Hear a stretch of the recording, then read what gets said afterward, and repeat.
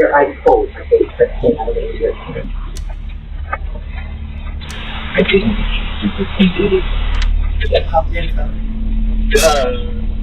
This is Marshall and his mother, Alicia. Just feet away, inside the trunk, lies the dead body of Marshall's girlfriend. He has cut her body up and plans to discard it in the remote mountains of the Sierra foothills.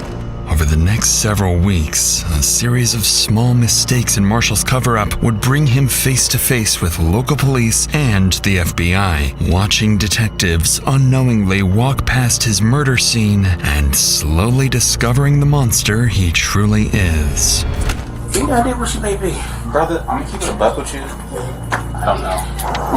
Have you guys thought about maybe she was trafficked? Yep. Oakley PD, come out with your hands up! It's approximately 6:30 p.m. in Antioch, California, when 24-year-old Alexis Gabe is seen at a Chevron gas station. While filling up her car, she receives a message from her boyfriend. "Are you still coming over?" She replies, "I can only come by for a bit." After paying, Alexis gets back on the road, and by 6:37 p.m., she's seen arriving at her boyfriend's house. He doesn't know it yet, but she's there to break up with him. A decision that will carry far greater consequences than she expects. 2 hours pass. Then Alexis's car is seen leaving Marshall's house, but something isn't right. The vehicle takes an unusual route, one Alexis never uses to get home, and just 12 minutes later, roughly 6 miles away, it pulls into a quiet residential neighborhood. A masked figure steps out of the car, noticeably larger than Alexis. Moments later, her phone pings, "Did you make it home?" And as the figure disappears into the distance, Alexis is never seen or heard from again. Sheriff's Department. File a missing person report. Is this a family member or friend? Family member. Sister. And how long ago did you last talk to her? No one's heard from her since she went to see her ex-boyfriend last night at 8:30. And she's not answering her phone or anything? No, it's going straight to voicemail. On the line is Alexis Gabe's sister. Her tone is urgent as she insists on filing a missing persons report immediately. To better understand the situation, dispatch sends Officer Rod Coutney to the family's home. And that's where he learns why Alexis's family is already fearing the worst. Good morning. How you doing? I'm Detective with the police department. I'm gonna get some info from you guys, and I'm gonna start looking for Alexis. That's okay. Okay. Did she ever make any sort of statements? No. Okay. Is she generally pretty happy? Yeah. Okay. She's always out. Not every day. She's always out? Yeah. Do you know where she goes a lot of the time? With her friend, E and Ria. She's with us yesterday too. Does she have any mental health issues? It's generally an antidepressant. Yeah, I know. That's why she said. That's why she's looking out for the doctor. She's seeing the doctor. Okay. When they have accident with her boyfriend, car accident. She said she have a chiropractor appointment. Who's her boyfriend? The one that we know is Marshall. Marshall. Jones, yeah. Okay. And then we just find out yesterday. The friend said Marshall threatening Alexis. If they gonna broke up, he's gonna kill or gonna kill Alexis. Oh, okay. And this is Marshall? Marshall. Yeah. Okay. Needless to say, the officer knows exactly who they need to speak with next. According to Alexis's mother, Marshall Jones is the boyfriend she went to see last. But even more troubling is her claim that he had threatened to harm himself or Alexis if they ever broke up. As Coutney wraps up his initial search, he relays the information to his sergeant. From there, requests are made for street CCTV footage, a real-time location warrant for her phone, and most urgently, another officer is dispatched to Marshall's address. Later that afternoon, the officer arrives at the house. Knowing Marshall is one of the last people to see Alexis alive, the officer expects to gather more information about her whereabouts. But he's about to get much more than that. But before we get to that, I want to talk about something else that's important too. For almost a year, I've had this discomfort with my ear, and every time I thought about booking an appointment, I saw the long waiting times and just told myself it would probably go away on its own. But it never did.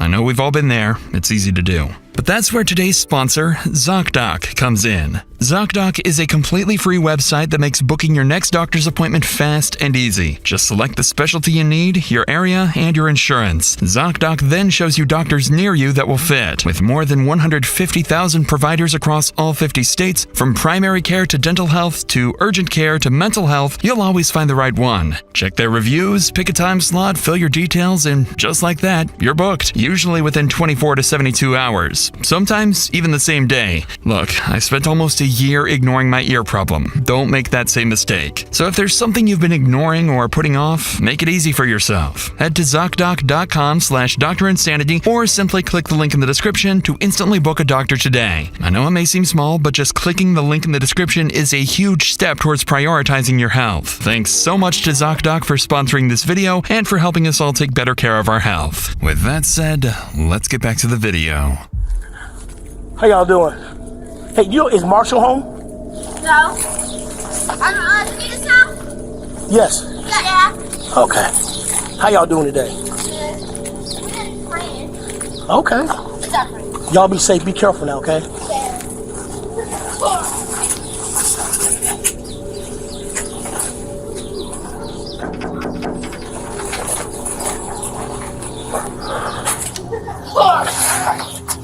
Hey, what's going on?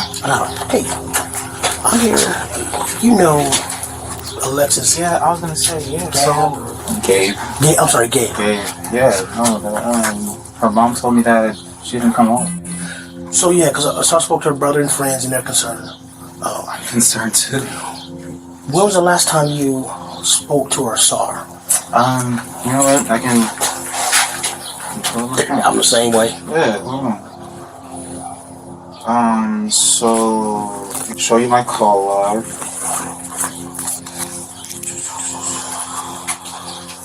I talked to her throughout the day yesterday. Okay. I want to say 6:38 is when she told me that she was outside. She... Here? Yeah.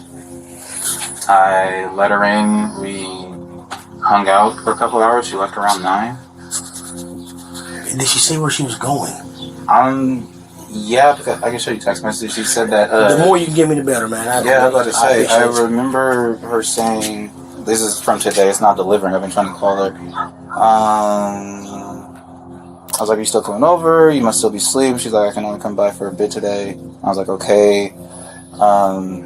Because she was doing some other stuff for her job that she was doing some running around for. Okay. Any idea where she may be? You know, brother, I'm going to keep it a buck with you. Mm-hmm. I honestly thought she went to go smoke with her friend Rhea when she left here. Maria. Oh, Maria. Yeah. Okay. I thought she went to go smoke with her because usually she won't tell me, you know, what she's doing until she's already doing it. Mm-hmm. So I thought she went there, but then when I kept on calling by like 11 and I wasn't getting anything. Okay. Did she seem out of sorts when she came over yesterday? Was she her normal self? Whatever that may be. Yeah, I mean, she came in, we hugged, we kissed, she watched me, do my little heist on GTA, playing my game and whatnot. I mean, we watched Family Guy. Okay. It was fine. When she left, did you see her? Did you see her leave? Yeah. And I say yeah because I opened the garage door and she left. So Okay. Also, she opened the garage door. Yeah. All right. At first glance, Marshall appears far more willing to help than Alexis's family hinted towards. But as he recounts his last encounter with Alexis, his demeanor is oddly detached, at times even attempting to make light of the situation. It's the kind of behavior that doesn't go unnoticed. But before wrapping up the interview, the officer would ask one of the strangest questions possible at a moment like this. Do you have a car? Because I want to be able to follow up with you. Yeah. How long you dating? Yeah. How long y'all been together? Like 3 going on 4 years. Okay. All right.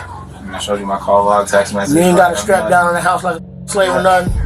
No, I know. No, I know you have to ask. Yeah, because it's I a have serious to. Yeah, situation. exactly. And I appreciate you trying to make light of it, but no. Okay. I do not. All right. All right. On that strange note, the interview wraps, and the officer calls his sergeant, only to learn that, while this conversation was taking place, a major discovery had just been made a few miles away. On a residential street in Antioch, Alexis's family comes across their daughter's car while organizing their own search and spreading the word on social media. Police are immediately informed of this discovery, and the car is towed and seized for forensic analysis. Inside the car, some troubling details quickly stand out. The keys are still in the ignition, the door is unlocked, and personal items are missing. After removing and analyzing the car's infotainment unit, investigators are able to track Alexis's precise movements before her disappearance. And just 12 minutes before the car was abandoned, it had been at Marshall's house, not her friend Maria's, as he had previously implied. These findings, along with the alleged death threat, prompt investigators to move Marshall from a person of interest to the primary suspect in Alexis's disappearance. The following day, 2 detectives arrive at Marshall's house, suspecting he is the last person to see her alive and may have been withholding vital information. However, they're also here for something else. Something that will catch him completely off guard. Hey, I'm a detective minister real quick. Are you Alexis's Boyfriend, yeah. boyfriend? Okay, what's your name? Marshall? Marshall? Okay. Yeah, we're still looking for her. Have you heard from her at all? Or? I have not. I've been trying to call her. I've been texting. My text messages aren't getting delivered. My phone calls are going straight to voicemail. Gotcha. Okay. Huh. Yeah, basically at this point, like, I think this is the last place that we know that she was at. Right, and so we're just, obviously that's why we're kind of keying in on this area, you know? I understand, and like I was telling her mom, like, hey, I saw her, this is the last time. Yeah. You know, and I'm worried. Right. You know, and she's missing, and that just means that she's missing. It doesn't necessarily mean something happened to her, so I'm really trying not to let my mind wander. Her friends I'm not going to say they've been putting me under scrutiny, but they're making me feel like I did something and I didn't. Okay. Yeah, I mean, anytime and boyfriend, right? And that's what I'm saying. You know, everybody handles stress different, you know, and so we just want to rule everything out, anything weird to happen here. So, you know what I mean? Then we can move on to, hey, let's go look another area and see where she's at, you know? I understand. Are you cool if we go inside and look around real quick? It's not my house, it's my stepdad's, so, right. I mean, I could call him really fast and see. Yeah, that's fine. Go ahead. Clearly uncomfortable with the request, Marshall agrees to call his stepfather, the homeowner of the house. And as they wait for his approval, detectives would slowly begin to suspect there's something inside the house neither Marshall nor his stepfather wants them to find. Hey, Dad. Alexis went missing, and the police just want to go through the house really fast just to make sure that everything's fine. Is that okay? Okay. He said that one of you could go in, but he would like the other one to stay out here. No problem. Sure. You got a flashlight or anything? I don't. Yeah, me neither. You want to go in? Sure. All right. Hold that for me. All right. What's your dad's name? Leslie? Leslie, okay, and that's the one you were talking to on the phone? Yes. Alright, you said one of us would come in? Cool. Thanks, man. Do you want me to leave the door open? Yeah, that'd be great. For sure. I'll come around.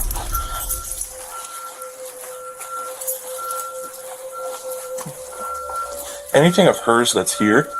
I mean, there might be some clothes that she left over. Okay. It's gonna be in my room. My room's a mess. That's fine.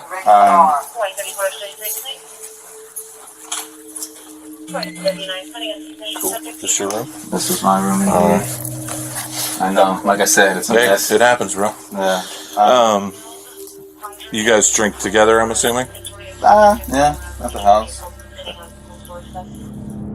As the officer moves through the house, Marshall's room quickly stands out, left in complete disarray. And as he inspects the room further, little does he know, this very place holds subtle clues and will soon become a crime scene. Is there upstairs? No, It's just one story. It's just one story. Thank you. I'm sorry. You're good. And then this is other people's rooms? Yeah.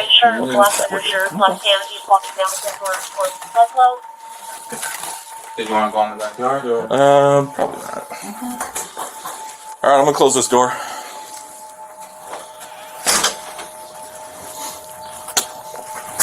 Nothing out of the ordinary. His room is an absolute mess. He does.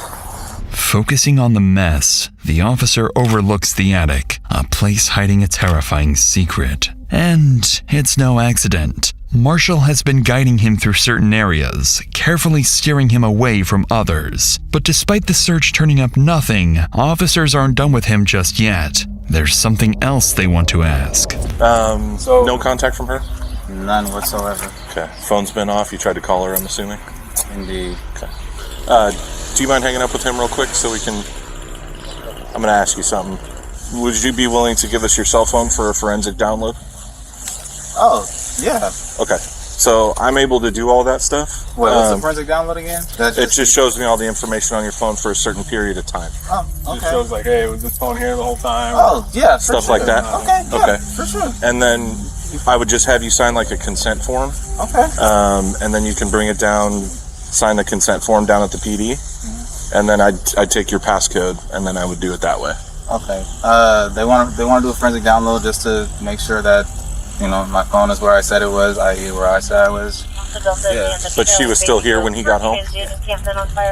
Interestingly, detectives not only gain access to Marshall's phone, but also learn that his stepfather was allegedly at the house at the same time Alexis was there. So they make a note to speak with the homeowner as soon as possible to see if his account aligns with Marshall's. Shortly afterwards, Marshall gets into his stepfather's car and follows the officers to the station. As he drives, officers ahead notice something strange. He appears anxious, swerving slightly with something large in the back of his car obstructing his view. In reality, Marshall isn't just nervous. He's just realized he's driving straight to the police station with a car full of incriminating evidence.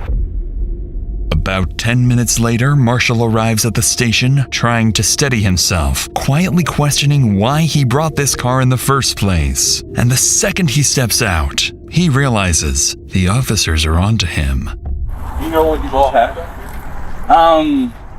Yeah, blankets and whatnot. Wait, do you actually have to search it, or can you just look around? Because it's my dad's car, and No, I mean, I kind of just want to lift the gate so I can see inside, you know? If that's cool. Again, it's not my car, it's my dad's, and you have my phone, so I'll open the gate for you, though, so that way you can look inside. That'd be great.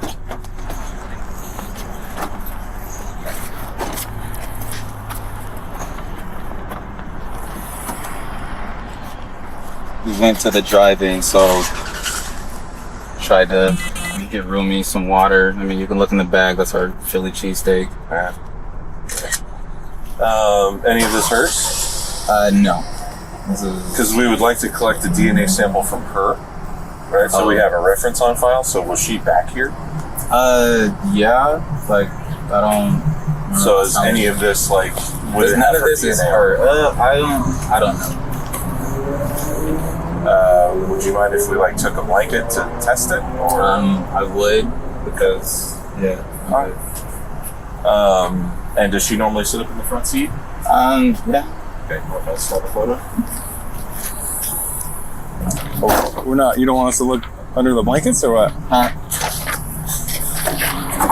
She would like to look under the blankets. I don't want you to think I have a dead body or anything. No, I was just because you were being all. Yeah. Okay. So this is your stepdad or your real dad? My stepdad. Gotcha. All right, cool. Naturally, Marshall's unwillingness to show what's in the trunk immediately raises red flags for the officers. Once it's opened, they find multiple blankets, pillows, and food waste, with Marshall insisting that he and Alexis used the car as a bed at the drive-in. With suspicion mounting, they get Marshall to sign a consent form, download the data from his phone, and then return it to him. And as they let him go, detectives believe the contents of Marshall's phone may finally reveal what he's been hiding, unaware that this entire investigation is about to start going downhill. The next day, as investigators prepare to review the data from Marshall's phone, they notice the download process has failed, leaving them with nothing. Realizing Marshall's willingness to cooperate may already be reaching its limits, detectives decide not to push any further for now and instead turn their attention elsewhere. There's still one person they haven't spoken to yet. Marshall's stepfather, the homeowner who was allegedly inside the house the same night Alexis disappeared. If something happened to her that night, he may have witnessed it. With that in mind, they drive back to the house to speak with him, where they'll begin to suspect that not everyone wants them to discover the truth behind Alexis's disappearance. Hey, Mr. Clark. Hey, we're just trying to follow up on everything going on with Alexis. We haven't talked to you yet. Marshall had said that you were here when Alexis was here on Wednesday night. Did you see Alexis here on the 26th? Be honest with you, I come. If she's here, she's here. She's not. When I see her, I don't. You don't recall seeing her car here? No, I do not. And you don't remember seeing her, talking to her that night? No, I didn't see her there that night. No Wednesday. How's Marshall holding up with all this? He's upset. No, for sure. I mean, just now finding out that his girlfriend's coming up missing. I mean, I found out yesterday with the note coming in, a flyer. Oh yeah, flyer and stuff. Saying that she's missing. I'm like, what the hell is going on? What was she like as just an everyday person? Like, she's good? Sweet. Yeah. I mean, she's just a good young lady. She never brought drama to your house or anything like that, or. What couples? I mean, aside from couple drama. Yeah.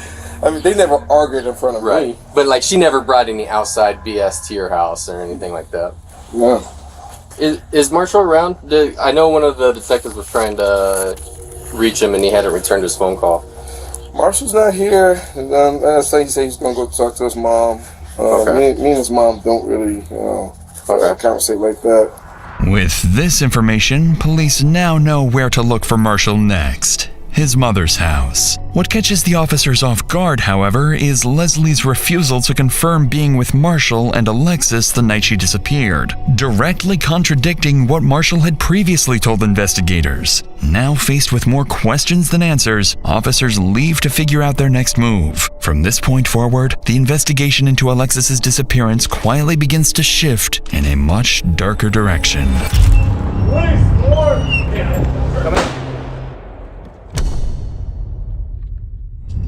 During the next several days, police visit Marshall's mother, Alicia Clark, looking for her son. But suspiciously, she claims she hasn't seen him since the night his girlfriend Alexis vanished. By now, investigators begin to consider a troubling possibility. Marshall may be on the run, and his family may even be covering for him. But their biggest piece of evidence is still to come. Just as the investigation seems to stall, CCTV footage is recovered from the route Alicia's car took the night she vanished.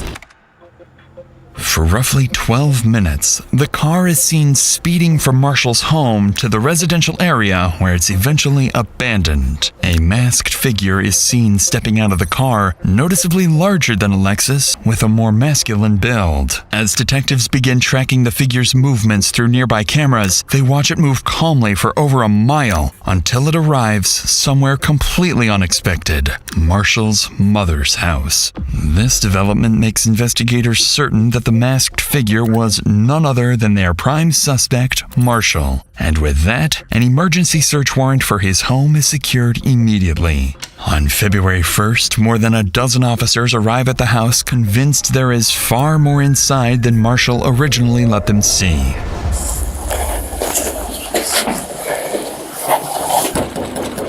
Oakley PD search warrant, open up! Never mind. Press the door with your foot. Yeah, hold it to the side and press it close.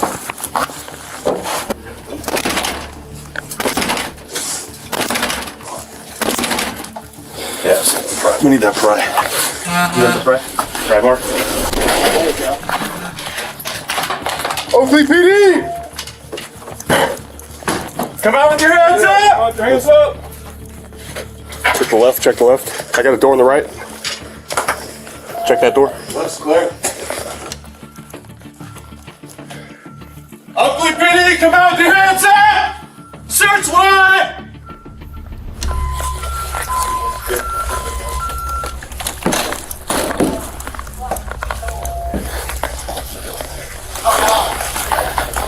Like that.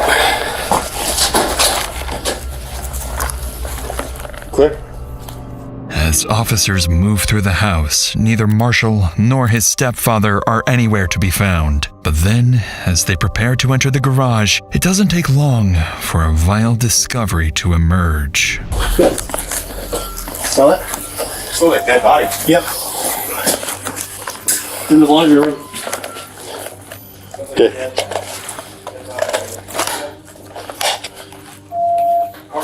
Yeah. Got a little compartment down. Right here, yeah? Yeah, right in here. I got a big whiff. Yep. Where's that backyard? All space? Yep.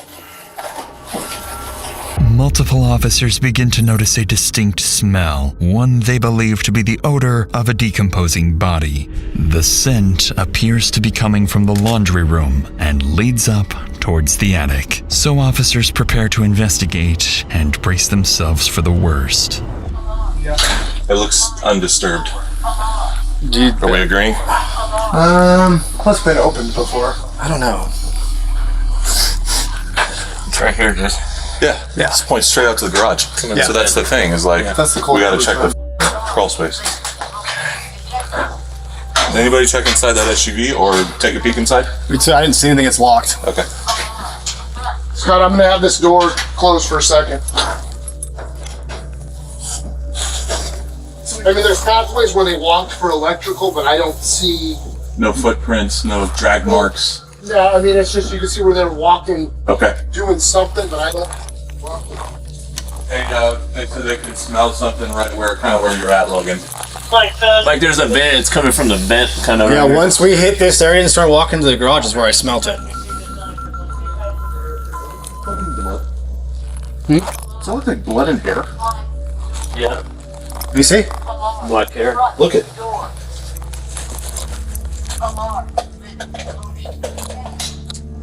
Paint? Could be blood, could be Like mold. brown paint, but that could also be blood. Alright, let's This flops. let's clear out. After following the scent, officers come up empty-handed, but they do uncover what appears to be dried blood. After clearing the entire house, officers are still unable to locate the source of the smell, so a canine unit is called in. If human remains are hidden somewhere on the property, this dog may be their best bet on finding them. I don't know if I got a big whiff right in the laundry room. Oh. It smelled like just dead body. All right, let's see what we get. No worries.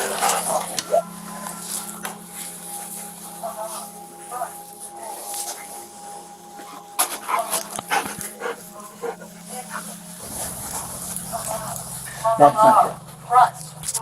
So that had none of the other behaviors that we're looking for.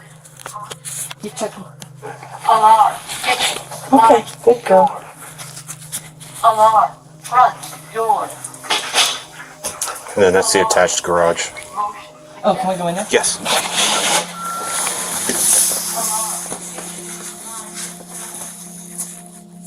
How's that? Good girl. Did you guys leave that or did? Oh, I don't know. We didn't bring that in. That's fine. You saw her go up the wall here? Mm-hmm. Yeah. So it's just checking odor. As I said, you've worked canine, so we didn't get final. And that was the kind of thing where it's like, I have some weird odor, Yeah. but it's not all of her behaviors, which was more what we had there. And of course, you and I both know there could be, you could have vacuumed up a tissue that had a bloody nose. Yeah. And that could be. Okay, good girl. Want your toy? Let's go say and get your toy. All right, that's all we got. Somewhat surprisingly, the handler isn't fully convinced the dog has detected human remains. However, several indications suggest it has picked up on something suspicious, as it repeatedly returns to Marshall's room, sits in one spot while staring at its handler, and most alarmingly, begins clawing at the wall, a sign the odor may be coming from the attic. But even after multiple additional searches, and with more canine units brought in, officers are left with troubling yet inconclusive results.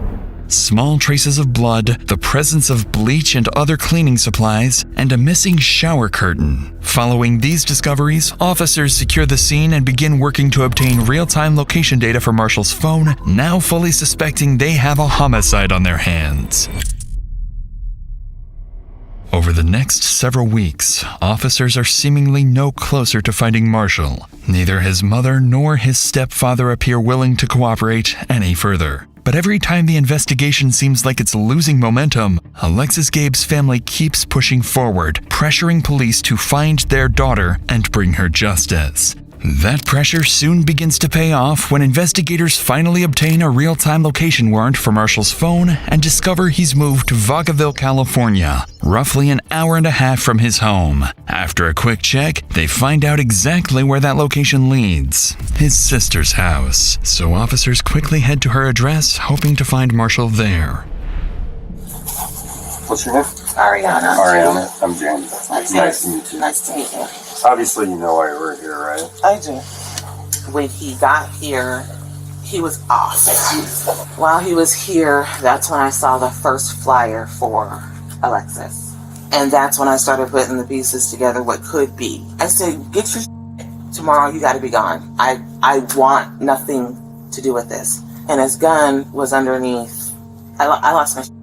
What was their relationship like between Alexis and Marshall? So it got toxic over the last year and a half. He was a lot more torn up about them breaking up than about her being missing. I will say that, irrefutably. Looking back on it, my brother does have sociopath and narcissistic tendencies about himself. Your mom and Marshall are close, right? Yes. Do you think that she's helped him out in any way? Will she get in trouble? I hope not. I mean, I hope in the end of all this, she'll be as cooperative as you are. Because ultimately, your brother made the choice that he made, yes. Right? So do you think he went to Vegas? No. I believe this is the number that he's using. If you guys want to take it, that's fine. Most worryingly for officers, Ariana seems to suspect someone else may be helping Marshall evade police. However, Ariana also gives them something significant: Marshall's new phone number. So after wrapping up the interview, investigators move quickly to track his location. This is when they discover that Marshall's phone is pinging all the way back to his mother, Alicia Clark's house. Up to this point, Alicia has been telling police she doesn't know where Marshall is. Now, detectives begin to suspect she's lying and may even be actively hiding from police. Over the next few hours, police secure an emergency search warrant for Alicia's house. Officers rush to the location, knowing full well Marshall could disappear again at any moment. But little do they know, the lead they're following is actually a setup. Ugly police search warrant, come to the door! Hello? Sorry, I was late. That's okay. Let's open the door for me. Thank you. Alright, ma'am, come Step on out, out, please. Autistic daughter that sleep upstairs. I understand. Is she okay up there? She's okay. Are you able to wake her up and bring her out here for a minute while we service this warrant? I'm not actually. Let me see what I can do. Anybody else inside? After escorting Alicia and her daughter outside, officers move in to search the house, but they find no one else inside. They do, however, spot a working camera outside the home, one they immediately begin trying to obtain a warrant for. Despite Marshall's absence, the forensics team insists that his phone is still actively pinging inside the house. By now, investigators know something isn't adding up. So they prepare to question Alicia, starting with the very reason they're here in the first place. Where's the best place? Nice backyard. Talk to me. What's going on? So we're obviously here for a reason, and there's a couple of reasons. We're here for Marshall's phone. So we know it's here, but we don't want to tear your house apart too much. So if you could direct us to it, so we don't have to like mess anything up. Like where is the phone? It's upstairs in my closet in the green Hawaiian shirt, if you guys need it. Now I have a question. What do you guys need it for? You guys cloned it. So the cell phone thing, they went and did the download, but some of the files got screwed up, so we don't have everything. So we need that, and plus we know that he's had the phone after that. So that's the evidence that we're looking for. Strangely, Alicia appears unusually cordial with the detectives, despite having her house breached. She's even admitted to holding a wanted suspect's phone, yet treats it as if it's nothing serious. By now, investigators are more than suspicious of her involvement. They're convinced she not only knows where Marshall is, but more importantly, what he did to Alexis. So, he's obviously not here, so you know where Marshall is? Hand to God, I do not know.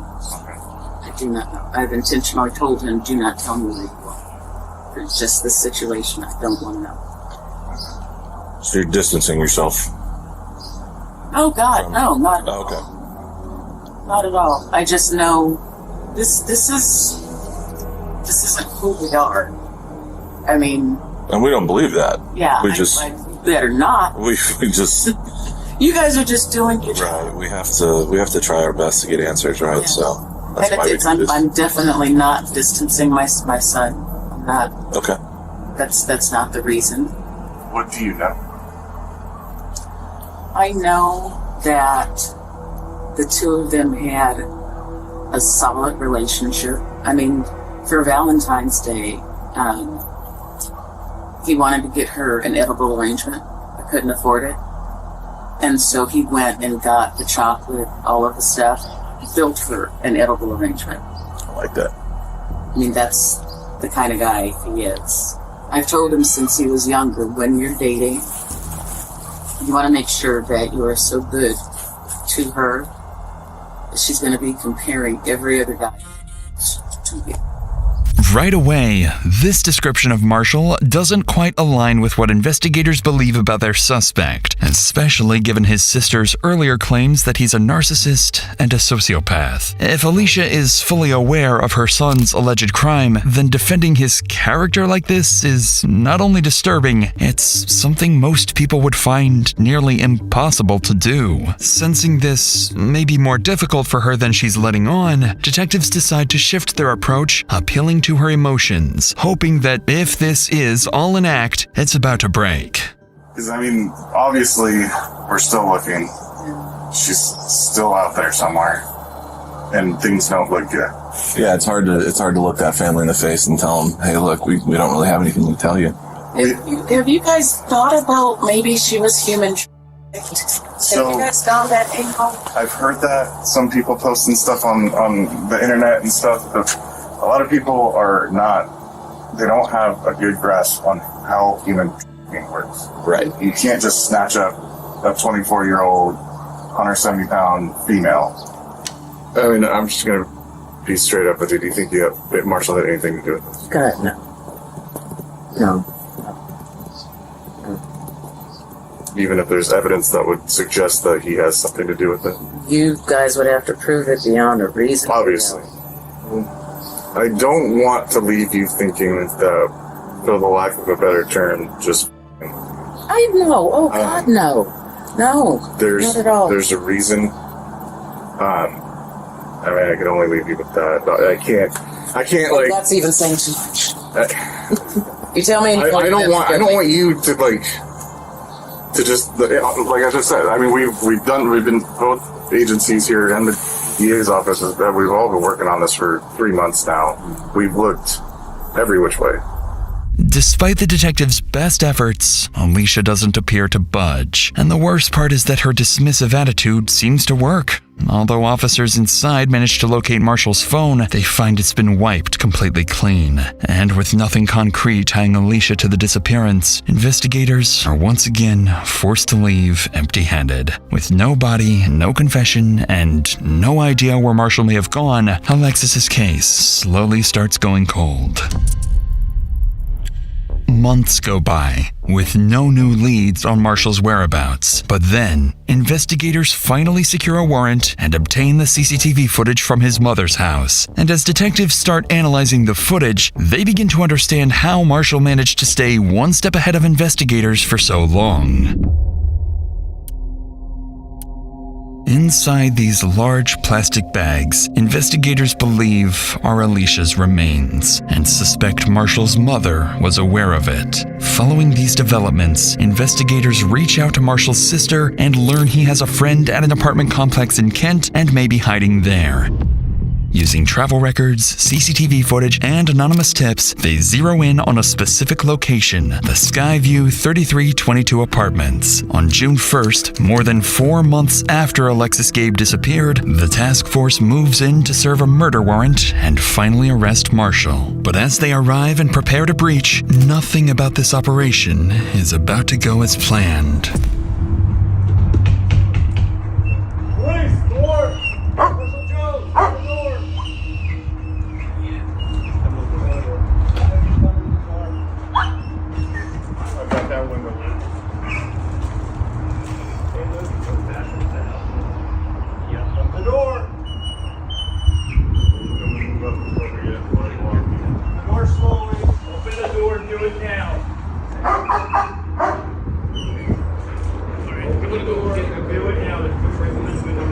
John? Come out.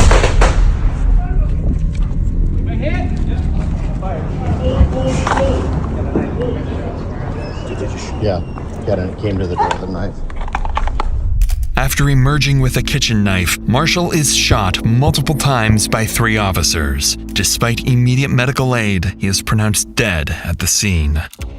The following day, Paul Beard, chief of the Oakley Police Department, holds a press conference, announcing that Alexis Gabe's case is now officially being treated as a homicide, and that Marshall Curtis Jones had been charged with her murder before being shot and killed. But any real sense of closure for Alexis's family would not come until much, much later. On November 3rd, while metal detecting near Jackson Road in Plymouth, a local resident discovers what he believes to be human remains and immediately calls 911. When officers arrive, they're left speechless. Scattered across the mountains are the remains of a young woman. A forensic odontologist is brought in and, using dental records, confirms the remains are those of Alexis Gabe. In the aftermath, her family expresses a mix of devastation and relief. They continue pushing for charges against Marshall's mother and hold memorials in Alexis's honor. To this day, Alexis's family continues demanding justice and launching a petition criticizing the Contra Costa County District Attorney's Office for its handling of the case and calling for stronger accountability for victims' families. But despite these efforts, Marshall's mother is only temporarily detained. Without sufficient evidence, she is never charged as an accomplice. And the same is true for the rest of Marshall's relatives, something that continues to infuriate Alexis's family to this day. As of now, there is still no definitive motive for Alexis's murder, only that their relationship was deeply toxic. And perhaps, when Alexis finally decided to break up with him, Marshall made a final, irreversible decision. If he couldn't have her, then no one could.